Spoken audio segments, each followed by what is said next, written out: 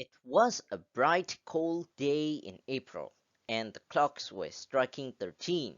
Winston Smith, his chin nuzzled into his breast in an effort to escape the vile wind, slipped quickly through the glass doors of Victory Mansions, though not quickly enough to prevent a swirl of gritty dust from entering along with him. The hallway smelt of boiled cabbage and old rag mats. At one end of it a coloured poster, too large for indoor display, had been tacked to the wall. It depicted simply an enormous face, more than a metre wide, the face of a man of about 45, with a heavy black moustache, and ruggedly handsome features.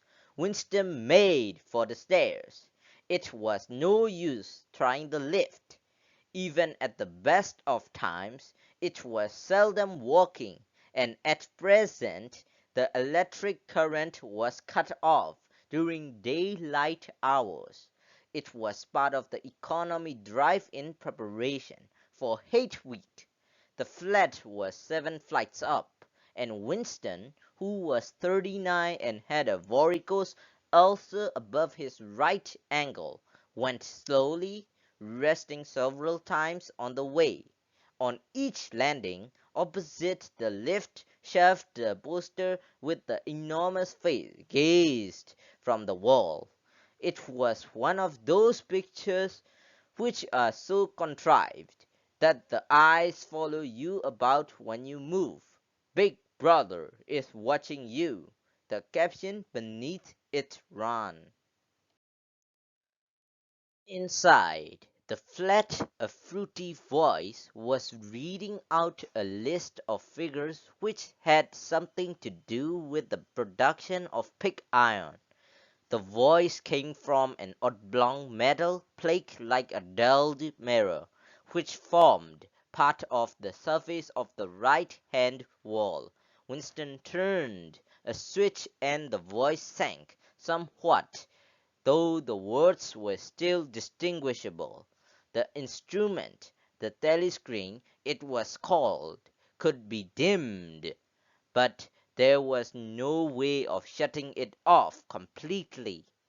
He moved over to the window, a smallish, frail figure, the meagreness of his body emphasized by the blue overalls, which were the uniform of the party. His hair was very fair, his face naturally sanguine, his skin roughened by coarse soap and blunt razor blades, and the cold of winter that had just ended. Outside, even through the shut window pane, the world looked cold.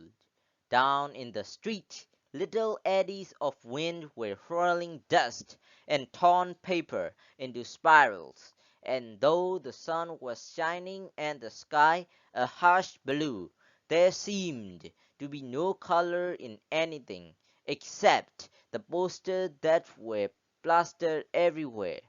The black mustachioed face gazed down from every commanding corner. There was one on the house front immediately opposite.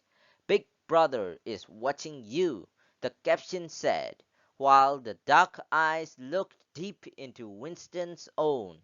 Down at street level another poster, torn at one corner, flapped fitfully in the wind, alternately covering and uncovering the single word INGSOC. In the far distance a helicopter skimmed down between the roofs, hovering for an instant like a blue bottle and darted away again with a curving flight.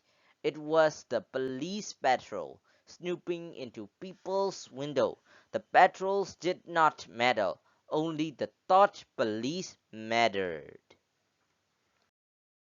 Behind Winston's back, the voice from the telescreen was still bubbling away about pig iron and the overfulfillment of the ninth 3-year plan.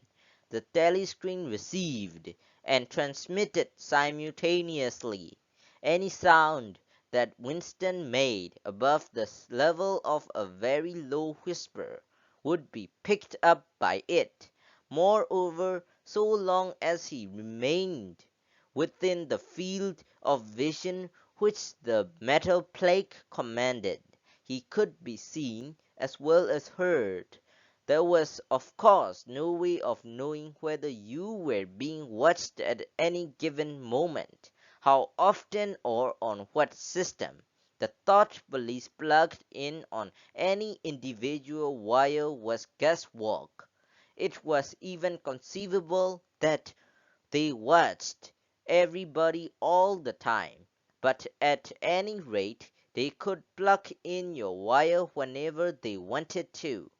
You had to live, did live, from habit that became instinct, in the assumption that every sound you made was overheard, and except in darkness every movement scrutinized.